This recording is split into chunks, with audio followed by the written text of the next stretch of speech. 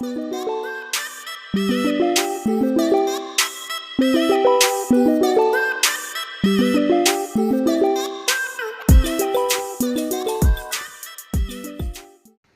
a visa to a country does not guarantee entry into the country. Before we get into the video of the day, please watch. This gentleman, coming for 3 weeks, hasn't provided an address of where he'll be staying, and when questioned was only carrying £195 cash to support himself. When do you fly home? Got your return ticket? On the 14th February. Have you got family at home, wife, children? Yes, I have one. And they didn't want to come? But they're in Nigeria now. Okay. But you say you got no one here? I don't have anybody. So what are you going to do though for your 23 days here? Just to rest. You're coming here to rest? Yes. Okay. It's a personal decision. I just like resting. So you don't know anybody here, you haven't got a hotel booking, you've got this amount of cash. There's many reasons, okay, that is causing me concerns. Border Force questioning is about establishing whether visitors to the UK are genuine or not. You were going to, find a hotel when you got to London, sir? Sorry? You were going to find a hotel to stay tonight? If I get to the East London, I can find a hotel there. Okay, sir. But how much does the hotel cost you in London, do you know? £20? £100? £150? So welcome again to our YouTube channel. If this is your first time here, my name is Oyin Konsolabu Sayomi. I share great and insightful content on my channel, and I would say you should stick around because at the end of this video, you're definitely going to be better with your travel or visa applications and travel processes. Upon arrival into the country, the border control officer determines if you are eligible to go into the country or not. Based on the video you've just watched, I'm going to be sharing with you 4 things you need to put into consideration when making your travel plans to enable your getting into the country successful. Number 1 thing I'm going to say is your proof of funds, which is usually called the BTA, the Basic Travel Allowance. Depending on the country you're going to, you're supposed to have a BTA, which shows that you're able to sustain yourself all through your visit in the country, most especially if you're going on a visiting visa. So for instance, if a country's BTA per day is €100, if you're going to be spending 2 weeks in the country, it means you need to calculate €100 times 14 days.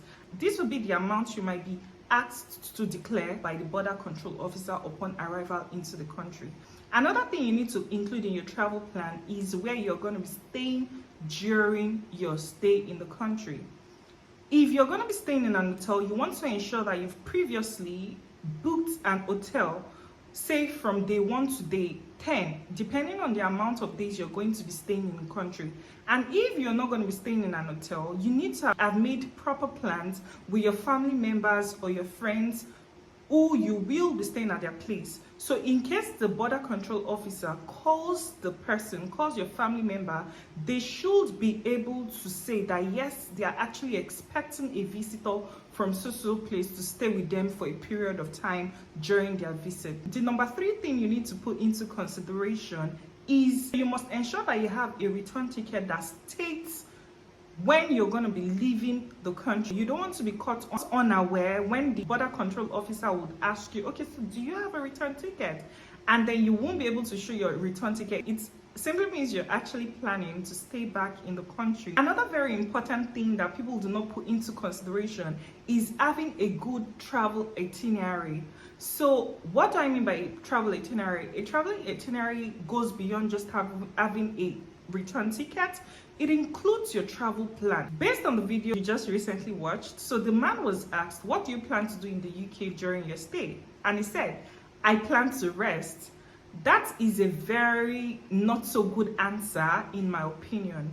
You came all the way, you came like miles, you flew oceans, you flew rivers, you flew seas to come to another country, most especially the Great Britain. Even if it's not Britain, even if it's not England you're coming to, whether you're going to Greece, whether you're going to Mauritius, whether you're going to Portugal, you should have your travel plans. You should intend that, okay, on day 1 I'm going to be going boat cruising, on day 2 I'll be visiting the museum, on day 3 I'll be visiting my family and friends, on day 4 I'll be doing this. You just need to have a lot of travel plans. Even if you're not going to be covering up on those plans, or even if you're going to be digressing or changing your plans along the line, You want to be able to have a solid plan whenever you're being asked what you intend to do during your trip. And this is why today I'm bringing to you Trip.com. As an avid traveler, I've been using Trip.com for 5 years to plan all my travel activities. Trip.com is a website that has a lot of great and amazing discounted price on your flight tickets, on your hotel bookings, on tourist attractions, and a lot more travel services that you can think of.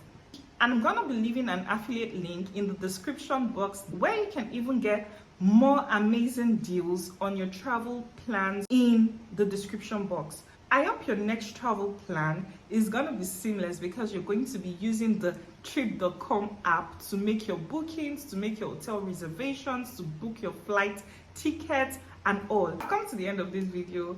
I hope you've been able to learn a thing or two, and I wish you success in your next travel journey. If this video was insightful to you, kindly do well to hit that red subscribe button hanging somewhere around this video. You might also want to please give this video a thumbs up, as it enables the video to be recommended to another person and it helps my channel to grow. Thank you very much for watching, and I'm gonna catch you in my next. Bye.